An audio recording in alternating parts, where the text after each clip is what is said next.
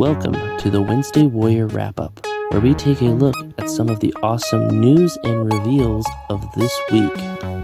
First up on the Wednesday Warrior Wrap-Up, we have a look at some exciting news both out of Hasbro and Mattel, and is that of the K-pop Demon Hunters Netflix movie is getting product from both companies.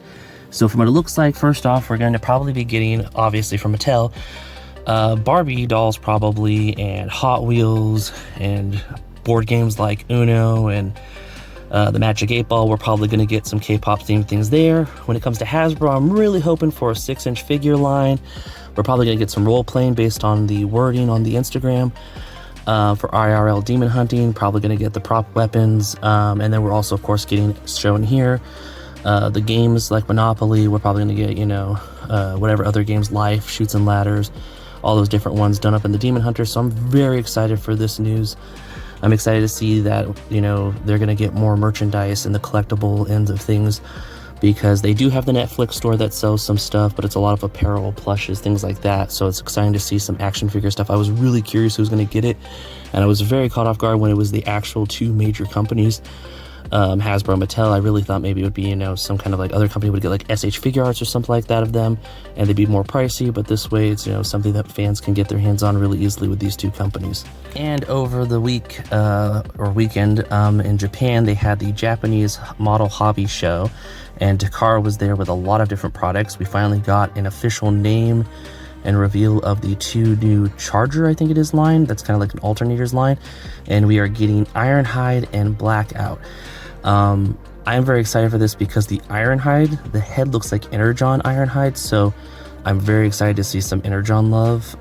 So I'm very excited for this line. And then Blackout, being a helicopter, but this is one of those more realistic vehicles with some, added things like the giant chain gun and the weapons that they all come with. But yeah, really excited for that line. I'm hoping that Hasbro Pulse will sell them here in the US, and they're hopefully not going to be too expensive, but expect probably, closer to 100 for these probably. And then we also got more looks at the gray prototype of the Evangelion X Optimus Prime that will be coming out. And then we also got looks at look at the Soundwave from Studio Series 86, which looks really nice on display. And just a lot of amazing stuff was showing off there. I'm trying to think what else. Oh, we also got a look at the Studio Series movie line, not Studio Series, MPG movie line, Sideswipe, which I'm very excited about. I love Sideswipe in the Bayverse movies. I like the, design. I think it was a Corvette instead of a Lamborghini, but they did the character really cool with like arm blades and stuff and wheels, so he kind of roller skated around. I believe this is the Revenge of the Fallen, so this will be the first one for that, because we got all the first movie characters, and we got a couple, I think, of other movies, but I'm very excited for everything that was shown off there, and I can't wait for more news, and hopefully some pre-orders at Hasbro. And in some Marvel news, we already knew about these items thanks to New York Comic Con, but they both went up for pre-order, so links are in the description down below, along with links for anything else that are available right now that we talk about in this week's video. And we have, of course, the Inhuman royal family getting built out so that we'll have the full team. I'm very excited for both these pre-orders, especially getting a new Black Bolt and new Medusa, and the Medusa's on that newer female body. That's just really awesome. So wanted to cover those real fast here when we're talking about everything this week. And in Mattel toy news, we have a recap on an item we already talked about because it went up for pre-order today. It is that of Stingor. I said the name wrong last time. It's Stingor from the Horde, which is the Scorpion Horde villain. This went up for pre-order on Mattel Creation, and as of recording, it was still in stock, but it could be sold out now. It was up for Mattel Creation members first, and then it will go to general public later on probably. But it is very cool looking, lots of different, interchangeable pieces and stuff. Just a really cool looking figure. And we are still in spooky season, so we are going to be covering some spooky season figures with Four Horsemen Studios Graveyard Skeletons version 2. And zombie builders that will be coming out of a worker and a rocker. It's a male and female zombie that looks more in modern clothing, which is very exciting looking. And then we have a look, of course, like the skeletons. They are their first ever box chase kind of item. So there's 12 per case. And you have a chance of getting the black skeleton chase figure. There is an option for just a single box one or a all-in, and the all-in gives you a guaranteed It gives you, I think, 2 of each and then 1 of the black ones. Or maybe it's 3 of each and 1 of the black ones, but the black one is the chase. It's like a matte black color. Looks really awesome. But yeah, so some really cool stuff. And then, of course, the 2 zombies have alternate clothing, so you could build out your zombie horde if you want to. Just some really fun Halloween festivities, things they're doing for the 4 Horsemen Studios and the Mythic Legions and Cosmic Legions and Figure Obscure kind of stuff. I feel like these would fall in more with the Figure Obscure than Mythic Legions and Cosmic Legion, or maybe they're going to do like a whole new Halloween theme thing.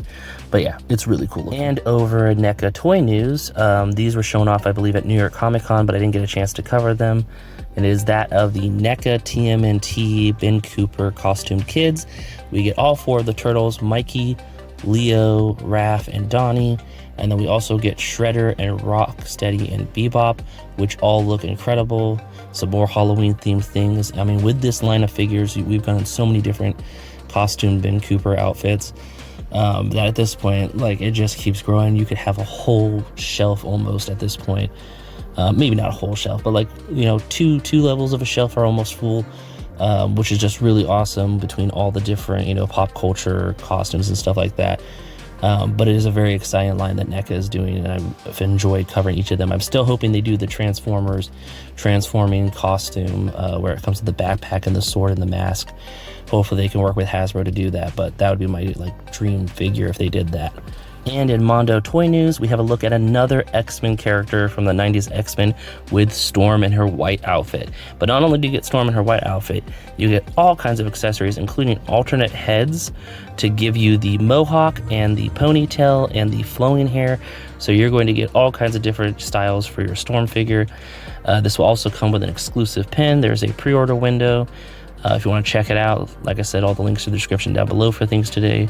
But yeah, it is really cool looking, and there's this really awesome shot with all of the previous figures and her, and I really love the plant with the rain cloud kind of, you know, making it have water. I thought that was a really fun little accessory. But yeah, they're always such cool figures, and I really like the style and the way they look, being, you know, bigger figures. They're the 1/6 scale, you know, 12-inch figures, so they can get a lot more detail and accessories to work with them. But it's just really awesome looking. It's something I'm very excited we get to cover here again, because I did not know the fate of this line.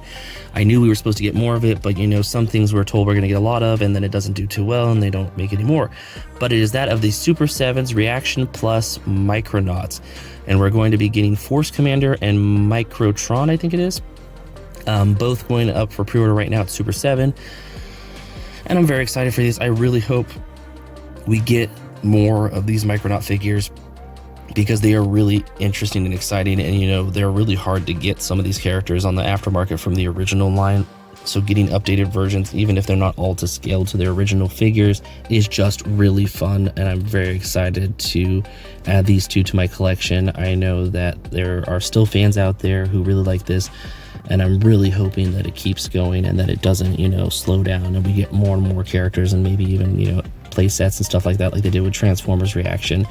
Even if it is just a cardboard cutout in a plastic base, it'd be cool to have more to build up on this world, since, you know, they're really the only one doing it besides over in Takara, where they're talking about bringing back Micronauts across the seas. But when it comes to here in the US, this is kind of the only thing we have, since, you know, Mego had it, then Hasbro had it, and they kind of like have Super 7 working with it now, and they're doing a really amazing job. I would love to see what they could do with Ultimate's line when it comes to figures.